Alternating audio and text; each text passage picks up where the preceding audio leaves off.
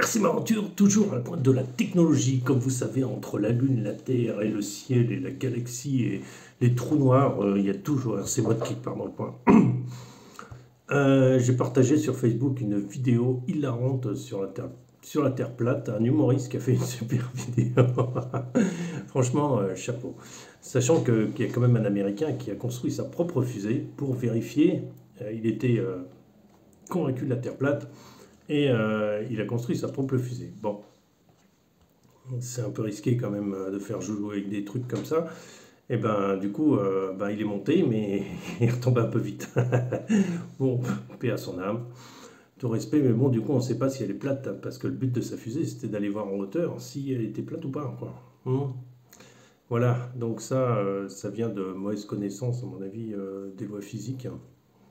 Un résidu de cours d'école qu'on a oublié et qu'on a mélangé avec autre chose. Voilà, donc la Terre plate, et non, elle n'est pas plate. Enfin, faites comme vous voulez, vous la faites plate, vous la faites ronde, vous la faites carrée. Mais bon, du coup, c'est un sujet qui fait toujours parler de lui, alors que il n'y a rien à dire. Je crois qu'il n'y a rien de particulier à dire. Aujourd'hui, je vais vous parler un peu de la TT02. C'est pas le sujet de ma chaîne, mais j'ai fait un super run avec mon fils. Ce dimanche, je voulais partager maintes et maintes fois, je n'ai pas eu le temps de faire d'autres vidéos. Aujourd'hui, j'avais prévu de faire des vidéos, il a fallu que j'aille faire autre chose. Ah, c'est ça, hein, être père de famille et youtubeur. Youtubeur. Gagne pas en rond d'ailleurs, mais c'est pas grave. C'est pour le fun de partager. Voilà, et j'ai fait un super run dimanche avec lui. On a roulé 3 quarts d'heure, 1 heure. C'est à côté de chez nous, là. C'est le grand stack de Stroff. On dessine le truc à la craie et là, dimanche prochain. Donc, ça, je partage ça sur Facebook, RC Asphalt Fun Prague. Et j'ai partagé le prochain circuit que je vais faire. En fait, je pique. Je vais chercher des idées sur internet parce que moi, j'ai pas le temps de peaufiner plus que ça les idées. Donc après, sur le terrain, on n'arrive pas à les faire exactement les mêmes circuits, c'est normal, hein, on n'a pas la même place. Enfin, surtout, on n'a pas la profondeur. Donc il y a des fois, ça passe 6 fois, quoi. On ne peut pas avoir la largeur, c'est pour ça que nos circuits sont un peu plus étriqués, un peu plus serrés et tout ça. Donc il n'y a pas autant de vitesse et du coup, ça met pas trop à défaut le TT02 de mon fils, comme ça, il n'est pas trop en retard par rapport à nous. Puisque il y a aussi un point technique. Mais bon, la TT02, c'est pas non plus la meilleure en virage. On est d'accord. Donc je vous parle un peu de la TT02 parce qu'on a fait un super sympa et qu'on s'est vraiment éclaté tous les deux pendant 1 heure. On s'est amusé comme des fous.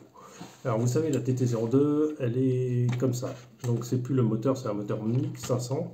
Donc c'est préconisé par Tamiya, hein, c'est 21 tours pareil. Même chose, même combat. Elle est toute d'origine, enfin il n'y a pas de bricolage particulier, juste j'ai réparé une pièce avec un boulon, ce qui fait que j'ai encore plus de jeu sur l'avant. Mais j'ai la pièce neuve, mais je sais pas, je sais pas, je l'ai pas encore mis en place, voilà. Donc variateur d'origine, donc plus ou moins moteur d'origine, une radio sans spécial, on a la même radio, on a le même montage. Seule différence en fait qu'on a, ça va être les pneus. Les pneus, je vais en parler un peu. C'est les pneus spécial asphalte que j'ai acheté. C'est moi qui ai mis finition carbone dessus parce que j'ai marre d'avoir des traces noires. Ouais, c'est bon, on s'en fout, mais ça me faisait rigoler en fait de faire ça. Et les pneus, on va en parler parce que les pneus, franchement, par exemple, je roulais avec les pneus Tamiya, c'est pas mal les pneus Tamiya. T'as les pneus Carten aussi qui sont pas chers non plus.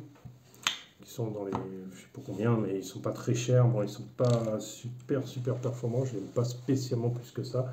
Ceux de la Carten. Mais alors là, je suis en train de monter un échafaudage parce que je voudrais vous montrer un truc et je voudrais que ce soit un peu plus. Ah non, ce sera pas assez haut. Bon, tant pis, c'est pas grave, on trouvera autre chose. Et du coup, c'est des pneus compétition, hein, qu'on utilise en compétition sur l'asphalte. Alors pourquoi ça? Parce que ça tient. Et voilà, les pneus que j'utilise normalement, c'est ceux-là. Alors bon, ils sont plus gros, hein, c'est parce que c'est aussi pour qu'ils suivent moi. Mais qu'est-ce qui se passe? On va sur les pneus un peu carrés. Déjà, on a une usure qui se fait sur tout l'intérieur et sur tout l'avant. Ça, c'est le pneu arrière. Sous l'avant, déjà, là, c'est l'arrière, ça commence à bien s'user. Et après, ce que ça fait avec le rebord qui est carré ici, enfin il est plus prononcé ici, quoi. Voilà, ce rebord carré, on va faire une coupure. Alors là, l'avantage, c'est qu'on a des crampons assez hauts, donc tant qu'on use les crampons, c'est bon, on va y arriver. Et on fait une coupure ici, et on va déchirer tout. Tout ça parce que le flanc appuie sur l'autre, là, ça fait un espèce de pli de matière, et là, ça casse. Alors bien sûr, c'est plus réaliste que ces espèces de disques moches, je suis d'accord. Et blancs, ils sont carrément immondes, hein. Ça, je suis d'accord avec vous. Les jantes Tamiya sont beaucoup plus jolies, ça n'y a pas de problème. Les pneus Tamiya aussi sont beaucoup plus jolis et plus réalistes, surtout ceux de camion, ils sont géniaux. Ils sont vraiment très très beaux. Mais c'est pas là où je veux en venir. Je veux en venir que ça,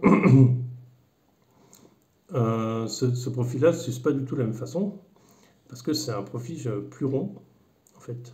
Et je sais même pas si c'est moussé, c'est bizarre, mais ça tient super bien, quoi. Je sais pas comment c'est possible que ça tienne aussi bien. Je vais vous montrer un peu si j'arrive à monter à hauteur. Ah ben voilà, j'arrive à monter à hauteur.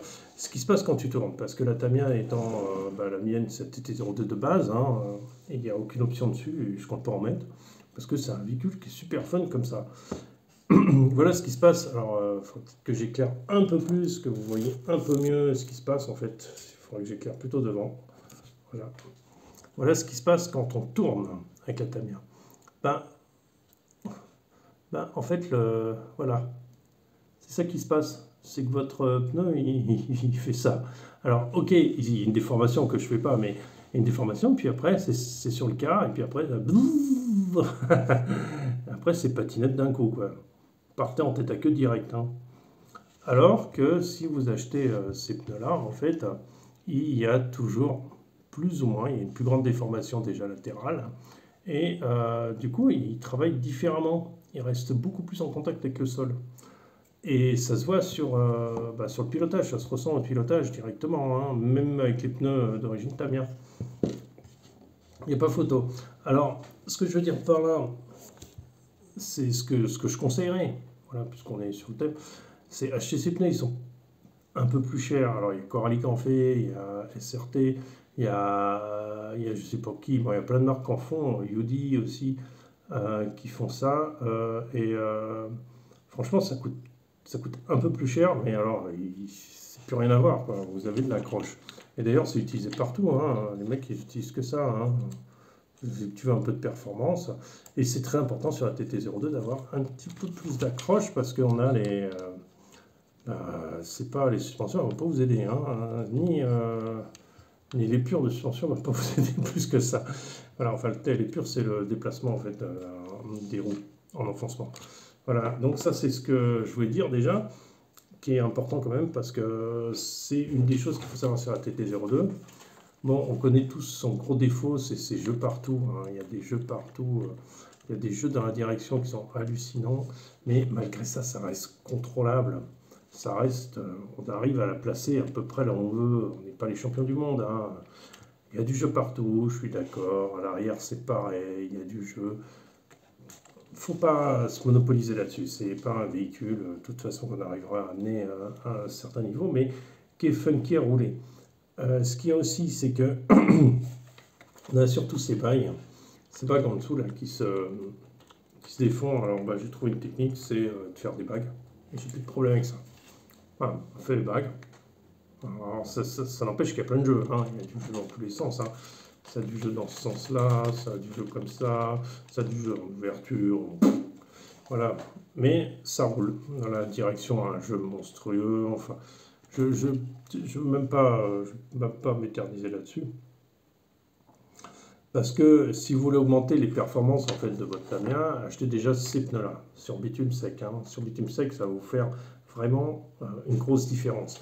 Après, ceux d'origine sont pas mal, attention, ceux d'origine sont pas mal. Ils sont pas moussés, ils sont plus hauts, mais voilà. Après, un truc que demande la Tamiya et qui est incontournable, c'est vous avez besoin de, sur n'importe quel modèle pratiquement, vous avez besoin de mettre un vrai long. Votre train arrière, il n'est pas stable en virage. Pourquoi il n'est pas stable? Justement parce que vous avez cette espèce de mouvement de nœud et vous avez besoin d'un appui. Vous avez vraiment besoin d'un appui sur votre véhicule. Ce que je conseille, ce que j'ai fait à mon fils, on a mis un petit aileron à l'arrière. que j'ai récupéré sur l'ancienne carreau, la différence est incroyable. Après, si vous ne voulez pas gâcher votre carrosserie ou si elle n'est pas prévue vraiment pour, vous pouvez faire ça très proprement et le laisser transparent, ça ne se verra presque pas. Voilà, mais ça donnera un autre effet. Je veux dire, le résultat sera complètement différent. Après, vous pouvez avoir toujours votre très belle carrosserie Tamiya pour la mettre sur la cheminée. Et après, vous achetez une carrosserie performance et là, vous aurez vraiment une autre qualité de comportement du véhicule. Et c'est pas un peu, c'est une grosse différence. Parce que l'aileron, il a l'air ridicule, il a l'air tout con. On se dit, ouais, à 30 km/h, c'est rien. Sachez qu'en vélo, puisque je suis cycliste, hein, donc je connais très bien le domaine, en vélo, à partir de 20 km/h, ça veut dire, vous roulez à 10 km/h, vous avez du vent de 10 km/h en face de vous, c'est-à-dire que c'est très très courant. Vous ne luttez, les seuls frottements sur lesquels vous battez, c'est le vent. Hein. C'est les frottements du pédalier, les frottements de la chaîne et tout ça, ça s'annule. Hein. Il y a la seule chose pour laquelle vous allez lutter, c'est le vent. Ça veut dire qu'à partir de 20 km/h, c'est le vent qui vous dérange. Ça avance à 29. De base, 29-30. Je crois que c'est chez eux là, 29-30. Et à 29-30, vous êtes déjà à 10 km/h au-dessus de la base aérodynamique. C'est-à-dire que vous êtes déjà à 10 km/h. C'est important d'avoir une bonne aéro. Et ça a son importance, ça a énormément d'importance. Après, moi, c'est pour ça que je te conseille systématiquement, quelle que soit la carrosserie, de mettre un aileron. Les carrosseries qui sont fournies avec un aileron, comme la Porsche ou quoi que ce soit, les ailerons Tamiya sont en plastique dur et plat. Si tu peux le remplacer par un truc qui soit... où tu tords le truc pour te donner de l'appui parce que tu en as besoin. Il y en a besoin, Tamiya, ça te stabilisera beaucoup ton train arrière.